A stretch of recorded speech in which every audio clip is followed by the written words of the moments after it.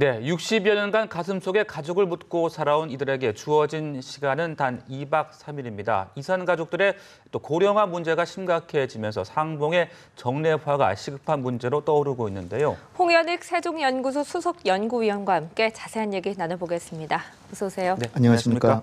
2차 상봉 이틀째를 맞고 있습니다. 네. 남북 관계가 쭉 경색 국면에 빠져 있다가 지난 8.25 합의 후 어떻게 보면 첫 가시적 성과물이라고 볼 수 있을 것 같거든요. 네. 이번 상봉의 의미부터 정리를 좀 해주시죠. 네, 우리 정부의 대북 정책 기조가 한반도 신뢰 프로세스인데 신뢰를 쌓는 이제 가시적인 그 행사가 남북 관계가 정면 대결 국면의 위기를 넘기면서 네. 이렇게 진행되고 있는데. 이 이산가족 상봉 자체도 중요하지만 향후에 이제 이것이 남북 관계에 어느 정도의 신뢰를 초기 단계에 구축하는 계기가 돼서 남북 관계가 정상화가 될지 이게 중요하고 또 과거의 사례를 보면 남북 관계가 그래도 좀 괜찮았던 김대중 노무현 정부 때는 좀 여러 차례 상봉이 됐는데 네. 이명박 정부 때부터는 남북 관계가 정면 대결 국면이 뭐 여러 차례 이제 조성이 되고 그래서 전혀 안 될 가능성이 이제 컸지만 그래도 박근혜 정부 때 벌써 두 번째 상봉을 하고 있다. 네네.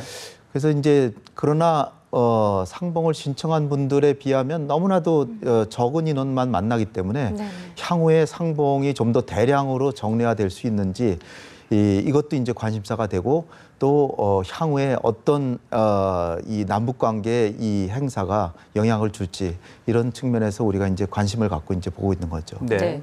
이번 상봉을 하면서 북측에서는 또 남북 관계 개선이 일관된 입장이다라는 얘기를 하고 있거든요. 어떻게 이번에는 좀 진정성이 있는 걸로 보십니까? 그들은 이제 딴정을 피는 거죠. 자기네들은 늘상 남북 관계 개선도 원했고 이산가족 상봉도 계속 자기네들도 하려고 하는데 남한이 미국하고 한미 군사훈련을 하는데 포성이 있는 가운데서 어떻게 상봉이 되느냐 이런 자기네들을 요구를 하기 위해서 이렇게 그 기본적인 자기들의 입장을 평소의 행동과 달리 깔고 있는 것이다 이렇게 보이고요. 그래서 어쨌든 우리의 입장에서는 이러한 북한의 발언을 잘 향후에 남북 관계도 계속 이 정상화 쪽으로 가는 것과 동시에 북한이 우리의 요구를 들어주는데 이런 걸 거꾸로 활용해야 된다 이런 거죠. 그러니까 그렇게 남북 관계 개선에 항상 지속적인 관심과 노력을 하고 있다는 북한인데 왜 이 이산가족의 한을 풀어줄 수 있는 이 행사를 정례적으로 해야 되지 않느냐 이런 식으로 우리가 어떻게 이걸 끌어나가느냐 이게 살펴야 되는 것이고요. 그러나 그들의 이런 말은 다분히 정치적으로 하는 것이지 진정성은 이제 결여되고 있기 때문에 우리 국민들도 다 알고 있지 않습니까? 그러니까 이런 거를 우리가 잘 주목해서 향후 협상에 잘 활용해야 된다 이렇게 봐야죠. 네, 그 북한이 작별 상봉 시간 연장에 응했고요. 또 한미 정상회담 이후 혹시 어떤 변수가 있을지 않을까 그런 이야기들도 있었는데 그래도 비교적 협조를 잘 했다라고 볼 수 있겠습니까? 뭐 여러 가지 측면이 있는데 가장 근본적인 이유는 김정은이가 처음에는 이제 자기가 30밖에 안 된 나이에 자기 아버지가 김정일이라는 이유 하나만으로 집권했잖아요. 그래서 하다 보니까 뭐 고모부도 처형하고 인민무력부장도 아주 급작스럽게 경질시키고 이렇게 해보니까 나름대로 통치가 되더라. 조금 이제 안정성을 가졌습니다. 그러니까 이제 상봉에 응한 측면이 하나 있고요. 금년에 당창건 행사하느냐고 국가 예산의 3분의 1을 다 쏟아부었어요. 그러니까 경제적으로도 지금 부족하다. 그러려면 결국 남북관계의 정상화 쪽으로 가서 금강산 관광이라도 재개해야 되겠다라는 측면이 있고요. 또 하나는 북중 관계에서 북한이 지금 대외교역의 80%를 중국하고 하고 있는데 류인산이라고 하는 당 고위층이 지난번 행사에 방문해가지고 북중 관계가 조금 좋아졌는데 중국이 바라는 거는 남북 관계의 정상화와 한반도에서 좀 안정을 이루라고 하는 것이기 때문에 중국 시진핑을 보란 듯이 이렇게 또 행사에 응하고 있는 이런 측면들이 있습니다. 물론 북미 관계도 아무래도 남북 관계가 정상화되는 쪽으로 가면 북미 관계 대화도 되는 쪽으로 가니까 그러면 또 제재라도 좀 풀어보자. 이런 속셈을 가지고 이렇게 나오는 것이다 이렇게 봐야 됩니다. 네, 워낙 시간이 오래 흘러가다 보니까 이산 가족들의 고령화 문제가 참 안타깝고 심각한 문제가 되고 있는 것 같습니다. 이번에 우리가 이번 2차 상봉은 우리가 원해서 만나는 분들이 이제 만나는 건데 90명 중에서 80명이 80대 이상입니다. 거의 뭐 아주 연로하신 분들만 이제 만나시는데 통계상으로 보면 13만 명이 상봉 신청을 했는데 그중에 올해를 계기로 절반 이상이 이제 돌아가시고 절반만 이제 생존해 계신데 6천 명 정도만 생존해 계신데 그중에 80대 이상이 54%가 됩니다. 그러니까 우리나라 평균 수명이 지금 81점 몇 세라고 하거든요. 네네. 그런 거 보면 50% 이상이 되신 분들이 시급히 만나지 않으면 상봉도 못 해보고 돌아가실 수도 있기 때문에 네. 좀 대량으로 만나야 되는 필요성이 지금 생기고 있다. 그리고 대량으로 만나는 것도 중요하지만 정례하는 게 중요하다. 네네. 그래서 지금 생존해 계신 이산가족들이 한 번이라도 다 만나시려면 네. 매일 20명씩 만나야 됩니다. 매일. 매일 20명. 산술적으로요? 그러니까 예. 한 달에 600명, 1년에 6천 명 내지 7천 명이 만나야 한 번씩이라도 만나게 네네. 된다는 거죠. 그러니까 이렇게 다 만나게 하는 건 사실 현재의 남북 관계에서 기대하기 어렵고요. 그러니까 살아계신지 여부만이라도 빨리 알아서 네. 그리고 주소를 파악해가지고 서신왕래라도 해야 된다. 네네. 그러니까 우리가 더 중점을 둬야 될 건 정부도 지금 그렇게 하고 있습니다. 일단 남한에 살아계신 6만 6천 명의 그 생존 여부와 네. 그리고 그 주소나 가족 상황 같은 걸 다 조사해서 북한에 건네주면서 북한도 좀 알려줬으면 좋겠다. 네. 이걸 대통령께서 8.15 경축사에서 벌써 얘기를 하신 상황이거든요. 네네. 이거부터 해서 그런데 이것조차를 지금 북한이 응하고 있지 않습니다. 네. 그러니까 이거를 응하는 데 대해서 약간의 인센티브를 뭐 금전적으로 안 주더라도 이를테면 비료를 준다든지 네네. 아니면 뭐 금강산 관광 재개에 대한 협상을 빨리 시작해서 이것과 연계시켜서 생사부터 빨리 확인하고 그다음에 서신왕래부터 해야 된다고 생각합니다. 네. 그러니까 북한이 그 생사 확인에 좀 소극적으로 나오는 이유는 뭔가 좀 더 협상에 우위를 점하기 위해서라고 봐야 되는 겁니까? 여러 가지 이유가 있는데요. 그중에서 이제 제일 큰 거는 1960년대 말만 해도 남북한 경제력이 비슷했는데 지금은 우리가 1인당 소득만 해도 20배고 인구가 2배니까 40대 1입니다. 남북한 경제력이. 그러니까 많은 사람들이 만나서 서로의 소식을 알리는 가운데 남한이 잘 살게 되고 자유롭게 사는 게 다 북한에 전파가 되잖아요. 네. 네. 그러니까 자기네들은 체제 위협의 요인이 된다고 그런 게 제일 큰 요인이고요. 그다음에는 이제 북한이 우리하고 협상하는데 협상의 기제로 활용할 수 있는 지렛대로 삼고 있는 게 이 문제이기 때문에 네네. 한 번에 정례화를 시켜놓으면 그 다음엔 자기네는 지렛대가 없어지잖아요. 그러니까 자기네들로서는 가능하면은 가끔가다 한 번씩 상봉은 응해줘도 이걸 정례하는 건 여간해서는 응하지 않을 것입니다. 그러니까 네. 생사확인과 서신왕래 그리고 아니면 화상상봉. 네네. 화상상봉 제도는 다 마련돼 있어요. 근데 이것도 뭐 노무현 정부 때 몇 차례 됐을 뿐이고 지금 뭐 한 번도 안 되고 있기 때문에 이런 식으로 북한의 체제 위협이 안 되는 방식으로 상봉을 요구를 하든지 네. 아니면 상봉을 그야말로 정례화를 하려고 하면은 모종의 인센티브, 그들로서는 거절하기 어려운 인센티브를 준다면 네. 체제 위협이 되더라도 나올 것이다 그죠. 그러니까 우리가 말만 그냥 상봉 정례해야 된다 해가지고는 그들은 사실상 그 불량한 정권인데 그 정권이 말만 해가지고 나올 리는 없습니다. 네. 그러니까 그들로서도 체제 위협을 느끼지만 그럼에도 불구하고 상당한 인센티브가 있다 그러면 나올 수 있는 거죠. 그거에 대해서는 네. 우리가 여러모로 그들이 원하는 인센티브가 뭔지는 생각해 볼 필요가 있는 거죠. 오이사 조치의 해제 같은 것도 생각해 볼 수 있겠습니까? 오이사 조치는 사실 상당히 이제 동떨어진 주제이기 때문에 일단 우리가 생각할 수 있는 건 금강산 관광 재개입니다. 네. 지금 상봉 행사도 금강산에서 되듯이 그들은 지금 그 원산에서부터 금강산까지 다 관광지대화하려고 지금 하는데 관광지대로 만들면 뭐 하겠어요. 관광객들이 외국인들이 오기에는 너무나 지리적으로 멀기 때문에 결국은 이용할 사람들은 대한민국 국민들이 대다수고 중국에서 또 상당수 오겠지만 네. 우리가 가는 거에 비하면 훨씬 인원이 부족하기 때문에 결국은 금강산 관광 재개를 아마 이 상봉 재개 네. 그러나 금강산 관광을 재개한다고 해도 정례하는 데까지 응할 가능성은 좀 크지 않다라고 예. 보고요. 과거 사례를 보면 김대중 노무현 정부 때 그나마 좀 상봉이 많이 됐던 거는 매해 그 봄에는 남북 장관급 회담 같은 걸 열어가지고 네네. 사실상 비료 뭐 20만 톤 뭐 이렇게 주고 또 아니면 비료를 안 주더라도 여러 가지 경제적인 인센티브를 줬기 때문에 상봉이 된 거죠. 네. 그냥 공짜로, 그러니까 우리가 생각하기에 대가 없이 상봉하는 건 그나마 지금 박근혜 정부 때 상봉이 2차례 되는데 요 2차례는 아무 대가가 없었습니다. 이거는 굉장히 높이 평가가 네. 되는데 네네. 향후에도 계속되기는 쉽지 않다는 거죠. 그런 측면에서 우리 정부가 이 원칙만 고수하기보다는 이산가족의 한을 풀어줘야 된다라고 하는 것이 우리 국민들은 어떻게 생각하고 있는지 또 상봉 인원을 한 명 만나는데 어느 정도의 액수를 주면 우리 국민들이 퍼주기라고 하지 않을지 네. 여기 네. 균형점을 찾아서 그거를 과감하게 제안해 보는 거죠. 그렇게 제안해 봐서 북한이 응하면 해보는 거고요. 네네. 그것이 또 금액이 적다 그러고 사실상 북한이 더 많은 인센티브를 요구하면 다시 여론조사를 해서 이산가족들의 한을 풀어주는 게 중요한지 아니면 퍼주기를 안 하는 게 중요한지 거기서 균형점을 또다시 찾아보고 하는 노력이 필요하리라고 생각합니다. 네.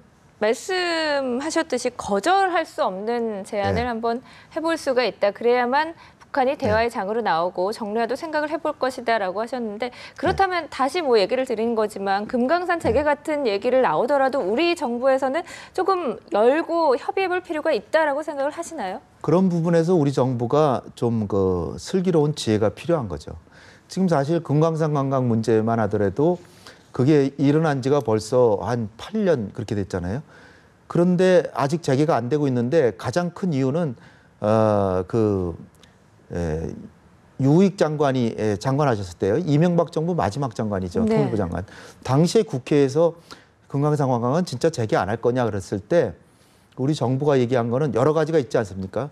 가서 조사도 해야 되고 사과도 해야 되고 그리고 또 신변 안전도 보장해야 되는데 그중에 다른 조건들은 떼버리고 향후에 관광객의 신변 안전이 보장이 안 되는데 어떻게 하겠냐. 그 얘기만 딱 했습니다. 그러니까 조건을 상당히 줄였거든요. 네네. 그랬는데 지금 최근에 와서는 다시 또 사과해야 된다, 조사해야 된다, 뭐 이런 조건을 다시 붙이고 있어요.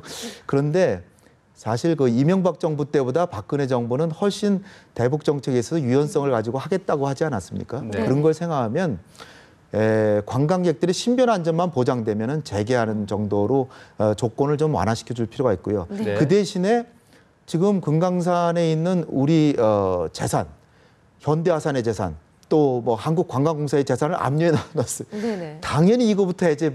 우리 정부가 첫 번째로 요구할 거는 억류된 재산부터 해제해라. 그게 첫 번째고요. 그 다음에는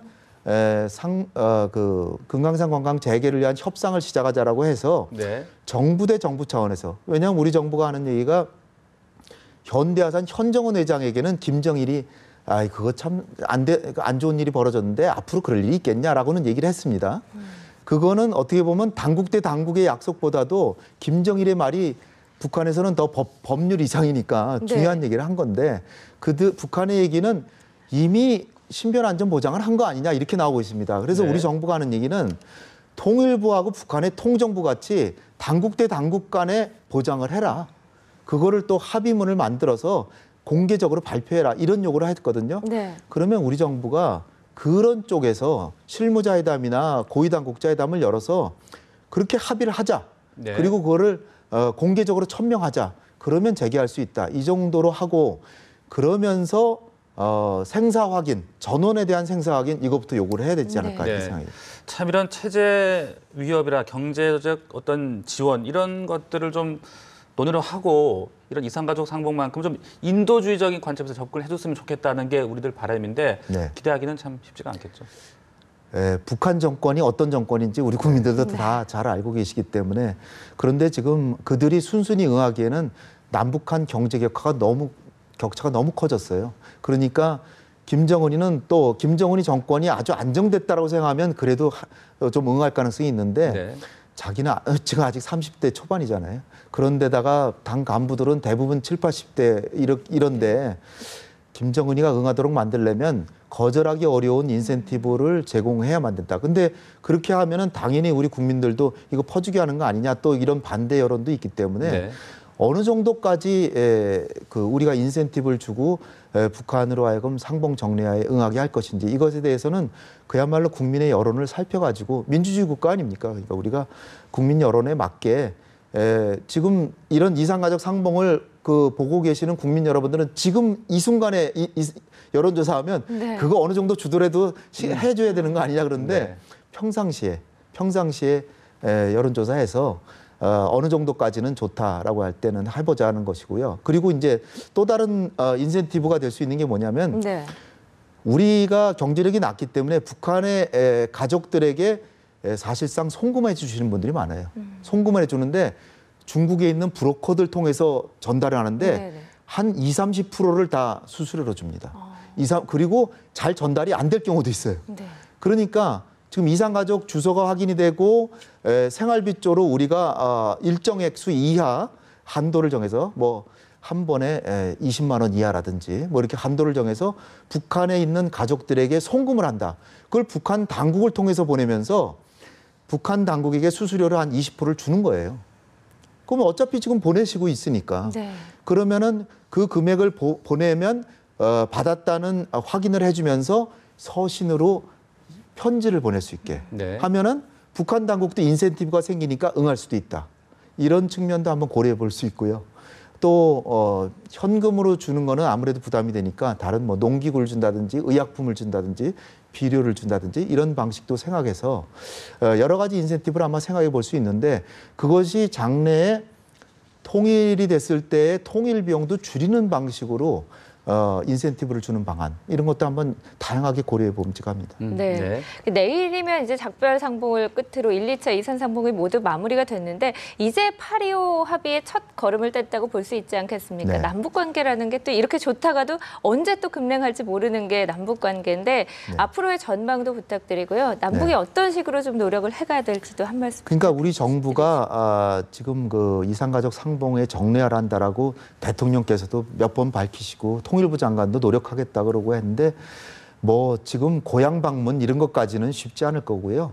가장 현실적으로 이 당국자회담부터 제안을 하고 당국자회담을 제안해서 거기서 논의를 하든지 아니면 적시자회담, 본회담 같은 걸 해서 그야말로 대통령께서 얘기하듯이 정치 문제하고 인도주의적 문제는 구분한다는 이런 원칙 하에 인도주의적 차원에서의 문제는 남북 간의 어떤 인도주의적 지원과 결부시켜서 네.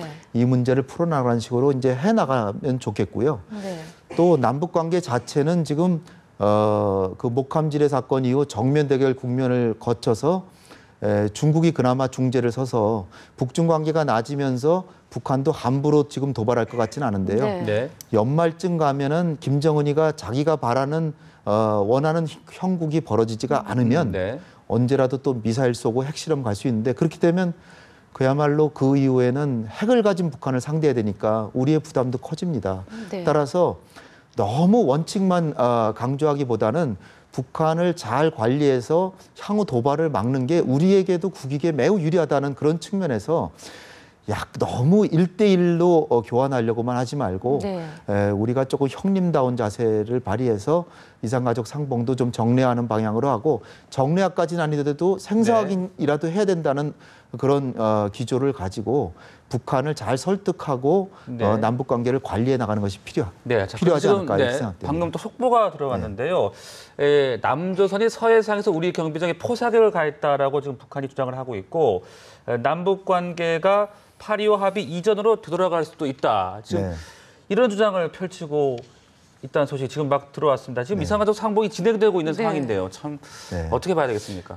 다분히 이거는 이제 향후에 우리 정부에서 당국자회담을 제안할 것이 분명하기 때문에 일단은 서해상에서 문제를 삼는 것은 그들이 미국한테도 평화체제 협상을 해야 된다라고 또 주장하고 있지 않습니까?